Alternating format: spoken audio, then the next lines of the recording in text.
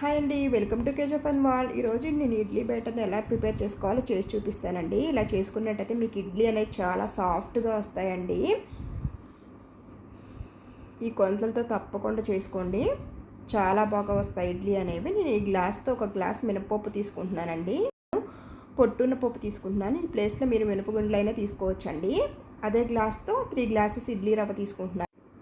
ఇప్పుడు వీటిని నానబెట్టుకోవాలండి. ఇప్పుడు మినప్పప్పులోకి వాటర్ పోసేసి 2-3 టైమ్స్ క్లీన్ చేసుకోండి. ఇప్పుడు ఫ్రెష్ వాటర్ పోసి నానబెట్టేసుకుంటే డైరెక్ట్గా మనం మిక్సీ పట్టేసుకోవచ్చు అనమాట. మూత పెట్టేసుకొని పక్కన పెట్టేసేయండి. ఇప్పుడు ఇడ్లీ రవ్వలో కూడా వాటర్ పోసేసి ఒక 2 or 3 అవర్స్ నానబెట్టేసుకుంటే ఇడ్లీ అనేది చాలా సాఫ్ట్గా పొంగుతూ వస్తాయి అనమాట అండి. ఇప్పుడు ఈ రెండింటిని పక్కన పెట్టేసుకొని 4 అవర్స్ తర్వాత మినప్పప్పు అనేది ఇలా నానిపోయిందండి, చాలా బాగా నానిపోయింది అనమాట.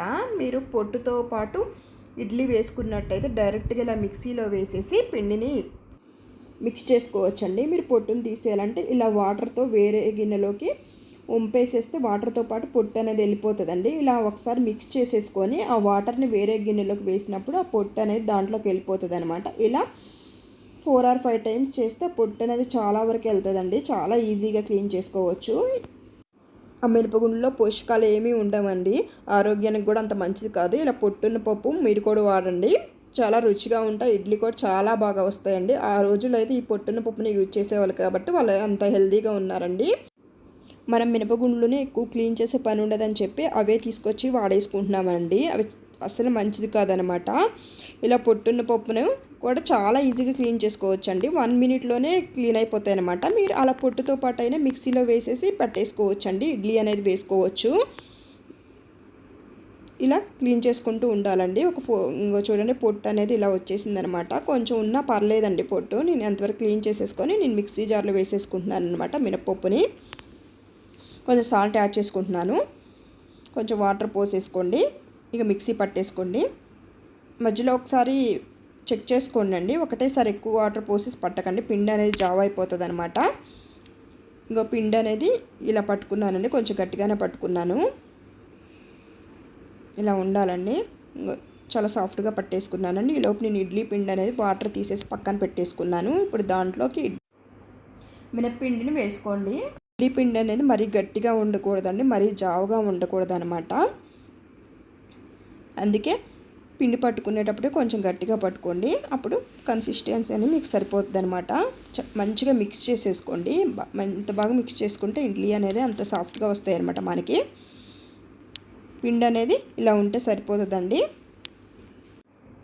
మూత పెట్టేసేయండి. నేను ముందు రోజు నైటే మిక్సీ పట్టేసి పిండిని కలిపి పెట్టుకున్నానండి. పిండి అనేది ఎలా పొంగుతూ వచ్చిందో చాలా బాగా వచ్చిందండి, చాలా బాగా పొంగిందనమాట పిండి. ఇప్పుడు ఒకసారి మిక్స్ చేసేసుకోండి పిండిని. ఇలా ఉందండి పిండి అనేది. ఇప్పుడు వేరే గిన్నె తీసుకొని వేరే గిన్నెలోకి నేను ఆ పిండిని వేసుకుంటున్నానండి. ఎంత కావాలో అంత తీసుకుంటున్నాను అనమాట. మిగతా పిండి అనేది ఫ్రిడ్జ్లో పెట్టేసుకోండి. ఫ్రిడ్జ్లో పెట్టేసుకుంటే ఏంటంటే ఫ్రెష్గా ఉంటుంది అనమాట. ఇప్పుడు ఆ పిండిలోకి కొంచెం సాల్ట్ వేసుకోండి. నేను కొంచెమే సాల్ట్ యాడ్ చేశాను కాబట్టి సరిపోతుంది అనమాట. గట్టిగా ఉందండి పిండి, అందుకే కొంచెం వాటర్ పోసేసుకుంటున్నాను అనమాట.